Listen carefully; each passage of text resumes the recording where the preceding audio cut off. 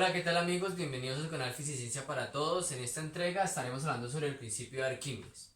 Este, junto al principio de la palanca, es quizás el segundo aporte más importante que en nuestro físico griego de la antigüedad nos brinda, y es el indicarnos que cuando un fluido está en presencia de un cuerpo que se intenta sumergir por él, entendemos por fluido una sustancia que tiene la característica de fluir, es decir, de expandirse, esparcirse en el espacio cuando no se encuentra contenido, como le sucede al agua, como le sucede a la leche, como le sucede al aceite o al vapor de agua, que también se involucra dentro de esta categoría de fluido. Entonces, cuando el fluido está contenido en un recipiente y intentamos sumergir un cuerpo al interior de él, como en una bañera, en una piscina, vamos a observar que el fluido genera sobre este cuerpo que se sumerge una fuerza de empuje, es decir, una fuerza dirigida verticalmente hacia arriba que se genera por resistencia del fluido a ser sacado de su estado de reposo o de equilibrio en ese recipiente. Una vez sucede eso, pues se da el ascenso del nivel del fluido, lo que expresa un volumen desplazado, y Arquímedes lo que nos indica es que el empuje que genera el fluido sobre el cuerpo que intenta sumergirse en él está en correspondencia al volumen o a la ascensión de volumen que el fluido experimenta. Bien, toda esta situación del principio de Arquímedes pues tiene un bagaje, una historia detrás de ella que corresponde a que en su momento el rey Irión decidía establecer una corona de oro para brindarla a los dioses inmortales, y le dio a un orfebre una cantidad de oro que tendría como destino la elaboración de esta corona. Sin embargo, pues Irión, cuando recibió la corona, quedó con ciertas dudas si efectivamente esta corona era verdaderamente de oro, y dado que Arquímedes era uno de los matemáticos más prestigiosos de esa época, pues recurrió a él y le planteó este problema. Bien, se dice que entonces Arquímedes, cuando se sumergió en una bañera, cuando tomaba su baño, observó que cuando él se sumergía había la ascensión del nivel del agua, y en consecuencia tomó esta idea como base fundamental para expresar luego su principio de flotación de los cuerpos. Bien, vamos a continuación a tener en cuenta los siguientes elementos para poder expresar el principio de Arquímedes de forma experimental.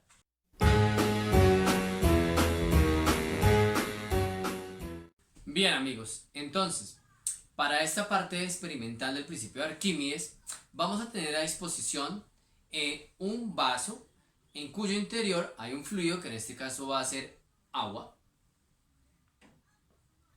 Bien, y estará lleno hasta un cierto nivel. Bien, también vamos a emplear una esfera metálica sujetada a una cuerda, la cual vamos a sumergir en el interior de este fluido para que observemos la ascensión del nivel de agua. Inicialmente, entonces, marcaremos sobre el vaso, bien, marcaremos sobre el vaso el nivel de agua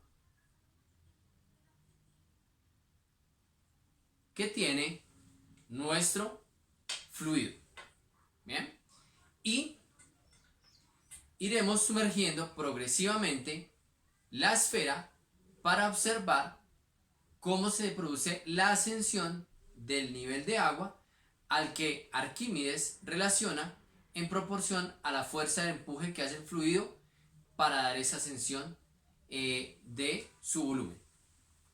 Entonces vamos a sumergir progresivamente la esfera de acero en el fluido para observar el proceso de ascensión.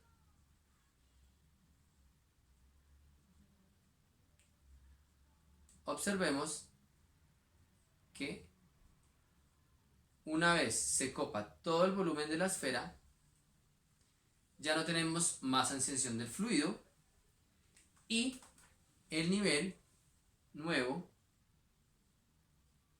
estaría a esta altura. Esta diferencia nos está evidenciando que existe un desplazamiento del fluido dado que se sumerge un cuerpo en su interior, y eso evidencia la fuerza de empuje. A partir de esta situación experimental se definen 3 situaciones de flotabilidad de los cuerpos, en la cual la primera de ellas nos indica que cuando el cuerpo que se sumerge en el fluido tiene mayor densidad, es decir, a menor volumen concentra más masa, que el fluido se hundirá completamente en él, dado que su peso es mayor que el empuje. Bien, sin embargo, no todos los cuerpos tienen esa condición. Les recomiendo tener una botellita para secar nuestros instrumentos y dejar lo mejor posible nuestro espacio de trabajo. No todos los cuerpos tienen esta situación de densidades altas en volúmenes pequeños. Vamos a contrastar, en este caso, con una esfera de madera. Bien, la vamos a sumergir o la vamos a intentar sumergir en el fluido. Y a diferencia del caso anterior, cuando dejamos libre la esfera, observamos que ésta flota respecto a la superficie del fluido. Evidentemente, el empuje en este caso es mayor que la densidad de nuestra esfera de madera, que el peso que ella tiene. Por consecuencia, encontramos que el empuje permite que el cuerpo flote sobre la superficie del fluido. Por eso este no se une. ¿Bien? Con esta simple práctica podemos observar las condiciones de flotabilidad y entender el principio de Arquímedes relacionado a la fuerza de empuje.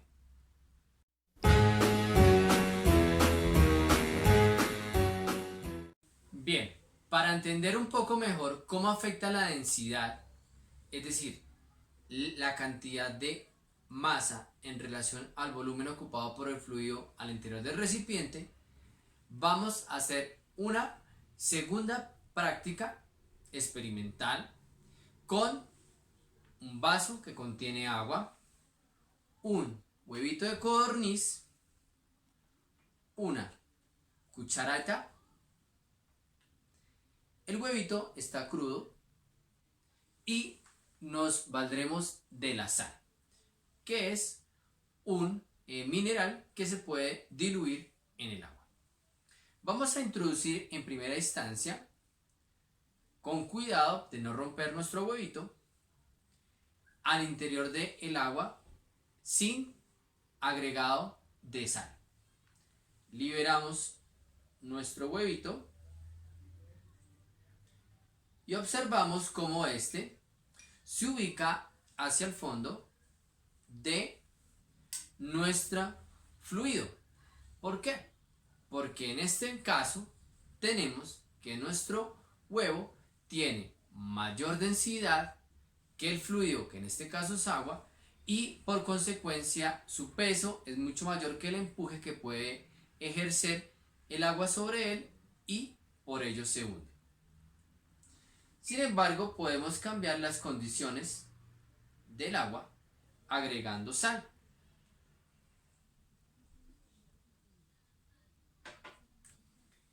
Tenemos agua, simplemente que hemos agregado en este punto 4 cucharaditas de sal. Vamos a agregar una quinta y a disolver el mineral .